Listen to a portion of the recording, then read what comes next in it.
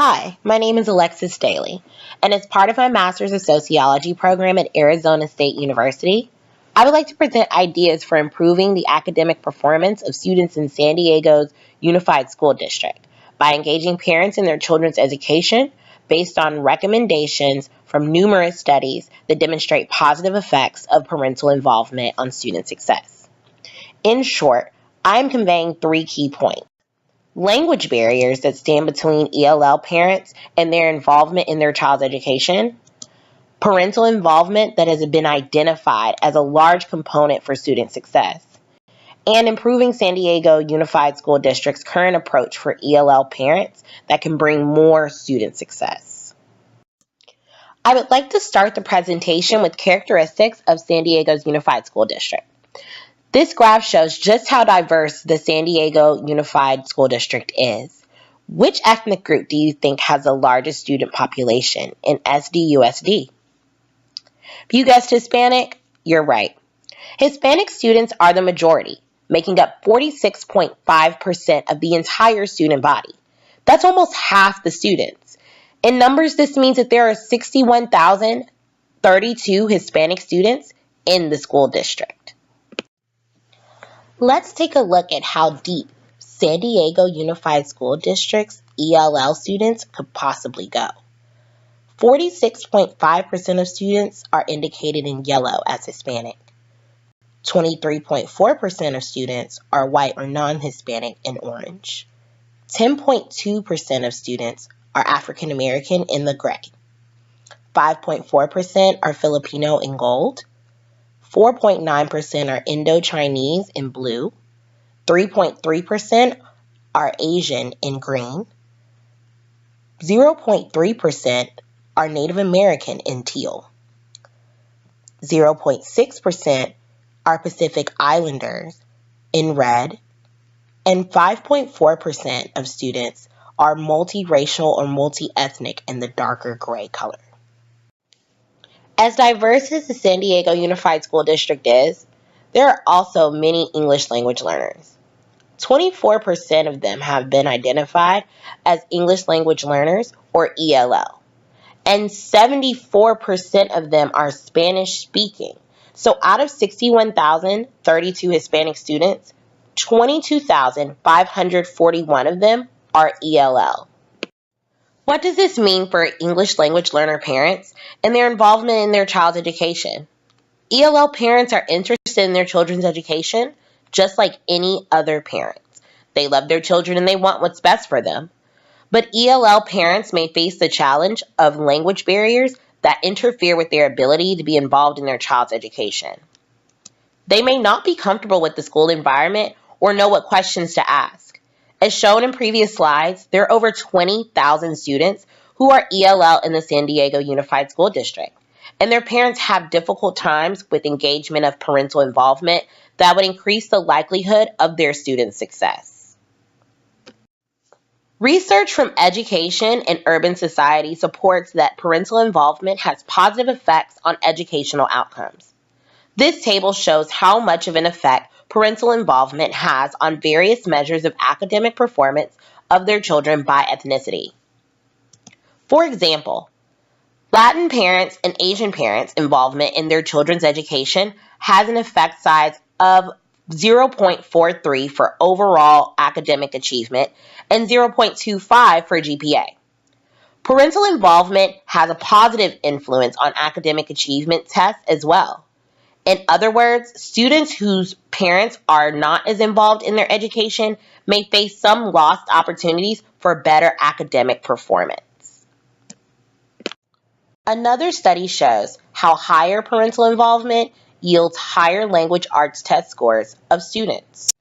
And this figure from the same research shows the positive relationship between parental involvement and math test scores of students. This means parents who feel comfortable and safe enough, as well as have access to the resources to participate with the school that their child attends, plays a major role in the potential opportunities that their children have in school as well as way beyond. Let's see if our ideas correspond to the reality in San Diego's Unified School District. Here, the bar graph shows the number of ELL students and non-ELL students in 4 selected schools in the San Diego Unified School District. The green line above the bar graph shows the Academic Performance Index, also known as the API score of each school. You may know that California uses the API to measure academic performance of each school with a score of at least 800 as the minimum goal. The schools on the left are low-performing schools, not even reaching the minimum goal. In these schools, there are more ELL students, shown in yellow and orange combined, more than non-ELL students, shown in gray. You can also see in these schools, there are more Spanish-speaking ELL students than all other language-speaking ELL students combined. On the other hand, the 2 high-performing schools have very small numbers of ELL students and almost no Spanish-speaking ELL students. Although it's not to say that ELL students, particularly Spanish-speaking students, is the reason for low performance of these schools, but this graph certainly shows that supporting the ELL students, particularly Spanish-speaking, could contribute to improvement of academic performance of schools. This also means that the services for ELL students and their parents can be implemented in selected schools only, making the implementation somewhat easier and more manageable. So what does it mean to have language barriers? Families of ELL students face more barriers to education than their native English-speaking counterparts. This is primarily because academic and other school information is not typically available to these families in their native language.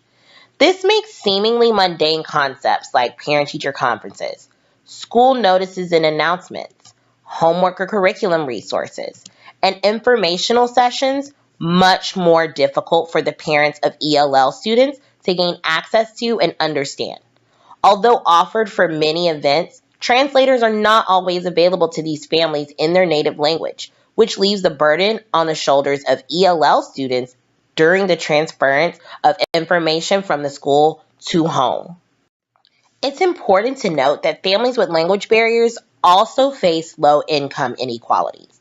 In SDUSD, 59.4% of students are eligible for free or reduced meals. This indicates that many students in SDUSD come from low-income families, and it's very likely that many ELL students are grouped into those who are eligible for free or reduced meals as well. For example, in this graph, the blue bars show the percentage of ELL students and the orange bars show percentage of students eligible for free meals. In Ibarra Elementary, where 69.5% of the students are ELL, 92.7% of all students are eligible for free meals. In Central Elementary, where 77% of students are ELL, 90.7% of all students are eligible for free meals. In Scripps Elementary, 15.8% students are ELL, and 5.3% of all students are eligible for free meals. While in Gerbeck Elementary, 4.3% of students are ELL, and 5.1% of all students are eligible for free meals. To be clear, this is not to say that all ELL students come from low-income families, but the graph shows that schools with larger numbers of ELL students tend to have a larger number of students eligible for free meals, and thus families of many students in these schools face financial constraints in addition to their language barriers. These additional issues can block parents from having access to local resources such as affordable housing, food, and other basic needs, and further hinder the involvement of their child's education. They are less likely to be able to afford private tutoring for their students, as well as access to extracurricular activities that help prepare their children for their place in college settings or the workforce. With a school district this marginalized, SDUSD must create cultural and socioeconomic responses to their special population of students and families. It is the responsibility of the school district to provide an equal opportunity through education regardless of students' backgrounds. To ensure the equity of their learning, involving parents as much as possible is imperative to each student's success. So far, we have established 3 important concepts. First, that ELL parents' involvement in education is hindered due to language barriers. Second, that parental involvement has positive effects on academic performance of the child. And third, that language barriers have a systemic effect for ELL families by being a common intersection of socioeconomic status and student preparedness or the lack thereof. Given the large number of ELL students, it seems like the SDUSD already recognizes the importance of supporting ELL families. For example, its Local Control and Accountability Plan, or LCAP, ensures Latino students and English learners are the prioritized population to receive intervention. The Family and Community Engagement, or FACE team, provides interpretation and translation services to English learners to make sure that targeted families understand important concepts such as graduation requirements and the district school system in general. The FACE team also has various plans to engage parents as providing leadership training opportunities and creating family engagement in collaboration with parents, schools, and guardians. The current practices of the San Diego Unified School District does provide translation and interpretive services for ELL students and families. Outreach is made to engage parents as well to be immersed in the community of the school. But the strategies are framed separately towards ELL parents. The importance of student success should output the strategies from the schools to engage all parents. There needs to be more emphasis in creating family engagement opportunities for ELL families, considering about 61,032 students come from Spanish-speaking families. How should we center the ELL families as well as increase the urgency around their needs? Let's see what research says. In the realm of education, parental involvement is different for each family and even each child dependent on the specific needs. Parental involvement is any engagement a parent or caregiver has with their child's educational experiences. These can include but aren't limited to assisting or checking with homework or other academic assignments, volunteering at the school in the form of time, becoming a member of a school or parent-led organization, donating funds or resources such as clothes, food, and school supplies, meeting with teacher and other faculty members, attending school events, and offering services such as professional or personal assistance to members of the school community. Open lines of communication with school faculty, especially given the circumstances of many SDUSD parents. Schools must be flexible and understanding of parents and their cultural and socioeconomic needs.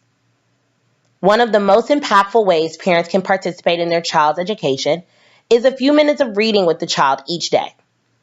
It has been proven that the average child who reads just 10 minutes a day can increase their word exposure by 104%. The initiative to support parents reading with their children each day can offer parents a sense of solidarity with their child's school as well as their instruction. This also provides a way to bond with their child. This is an attainable goal for parents to feel that they are actively participating in their child's academic success. Among all the things that parents can do for their child's education, research has found interventions that are more effective than others. If implemented consistently, these are assisting parents with instructional skills and communicating with parents about school-related matters such as school programs, activities, and the materials currently being studied in class. By taking the research-based interventions, SDUSD can implement them in their schools to support ELL families.